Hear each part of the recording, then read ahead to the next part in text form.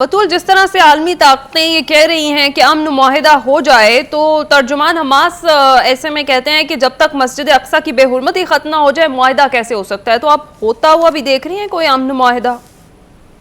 دیکھیں، اگر ایسا کوئی معاہدہ پریکٹیکل ہوتا تو ہم نہ دیکھتے کہ سعودی عرب یا قطر یا کوئی اور ملک اسرائیل کے اتنے قریب جا رہا ہے۔ یہ پاکستان کے ساتھ ساتھ جو دوسرے مسلم ممالک ہیں ان کی بدقسمتی ہے کہ آپس میں اتنا اتحاد نہیں ہے کہ اتنے بڑے ایشو پہ اکٹھے آواز اٹھائی جا سکے۔ میں آپ کو یاد کروا دوں کہ اگر یونائٹڈ نیشن سیکیورٹی کونسل کا اجلاس ہو رہا ہے تو وہ بھی برازیل اور مالٹا کے کہنے پہ ہو رہا ہے، وہ کسی مسلم ممالک نے مل کے بردرہڈ کے تحت کوئی قدم اٹھانے کی کوشش نہیں کی، بلکہ اس کی وجہ ہے کہ یونٹی نہیں ہے نا، فائنینشیل انٹرسٹ ہیں، آپ کو پتہ ہے، آپ کی سے نہیں ہے۔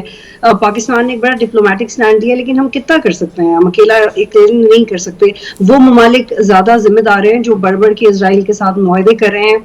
اور اگر آپ نے پہلی اسٹیٹمنٹ دیکھی ہو سعودی عربیہ کی طرف سے، تو وہ بڑی ڈیفیوزڈ نیوٹرلائزڈ قسم کی اسٹیٹمنٹ تھی۔ وہ جس طرح رشیا نے دی ہے وہ اسٹیٹمنٹ ویسی نہیں تھی، جیسے پاکستان نے دی ہے یا چائنا نے دی ہے وہ اسٹیٹمنٹ ایسی نہیں ہے۔ تو ممالک کے لیے اپنے اپنے انٹرسٹ بہت ضروری ہے۔ لیکن یہ جو اٹیک ہوا حماس کی طرف سے، حماس 2007 سے برسر اقتدار ہے، دیکھنا ہے کہ اب یہ طاقتیں اس کا اقتدار کتنا برداشت کرتی ہیں۔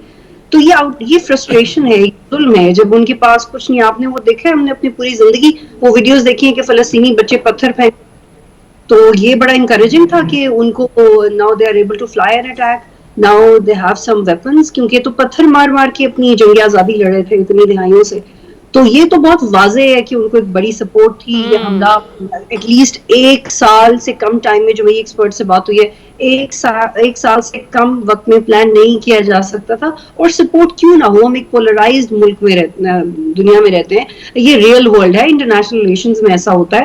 لیکن بدقسمتی یہ کہ مسئلہ حل کی طرف نہیں جا رہا نا۔ ہم لوگ جی اپنی ہاں، معاشرتی علوم بچپن سے کتابوں میں پڑھے تھے، جی مسئلہ ایک دن آئے گا کہ مسئلہ فلسطین حل ہو جائے گا، ایک دن آئے گا مسئلہ کشمیر حل ہو جائے گا۔ لیکن انڈیا نے آرٹیکل 370 ختم کر دیا، سعودی عربیہ نے، یو اے نے، باقی ممالک نے اسرائیل کے ساتھ تعلقات بہتر کر دیے۔ تو یہ وہ جو فلسفی ہم نے بچپن سے پڑھائی جا رہی تھی، اس کا نتیجہ یہ نکلا، اور اس کی بنیادی وجہ یہ کہ وہ فائنینشلی بڑی قوتیں ہیں۔ یونائٹڈ نیشنز کے جو قوانین ہیں اس میں جنگوں کے بھی قوانین ہوتے ہیں، صحیح، وار ایک ٹرم ہوتی ہے، ٹھیک کولیٹرل ٹھیک، ڈیمیج ایک ٹرم ہوتی ہے۔ اسرائیلی نہیں خیال کر رہے عورتوں اور بچوں کا، جو حماس کی طرف سے بھی حملہ کیا گیا اس میں بھی کولیٹرل ڈیمیج ہو رہا ہے۔ لیکن یہ بات اس نہج تک کیوں پہنچ گئی ہے؟ یہ سارٹ آؤٹ تب تک نہیں ہو بالکل سکتا جب ٹھیک۔ ممالک مل کے ایک سٹینڈ کریں، اسرائیل کے سارے پروڈکٹس کا بائیکاٹ کریں، کر کے تو دکھائیں، ہمت تو کریں، ٹھیک ہے، بائیکاٹ کریں۔ آپ اسرائیل کے پروڈکٹ کا بالکل۔ بائیکاٹ کریں، ڈیفینیٹلی اسرائیل بیک فٹ پہ چلا جائے۔